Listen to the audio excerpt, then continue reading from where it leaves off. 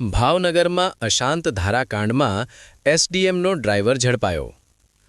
ભાવનગરમાં ચકચારી અશાંત ધારાકાંડ મામલે પોલીસે એફઆઈઆર નોંધ્યાના ગણતરીના કલાકોમાં જ તત્કાલીન એસડીએમ પ્રતિભા દહિયાના ડ્રાઈવરની ધરપકડ કરી છે।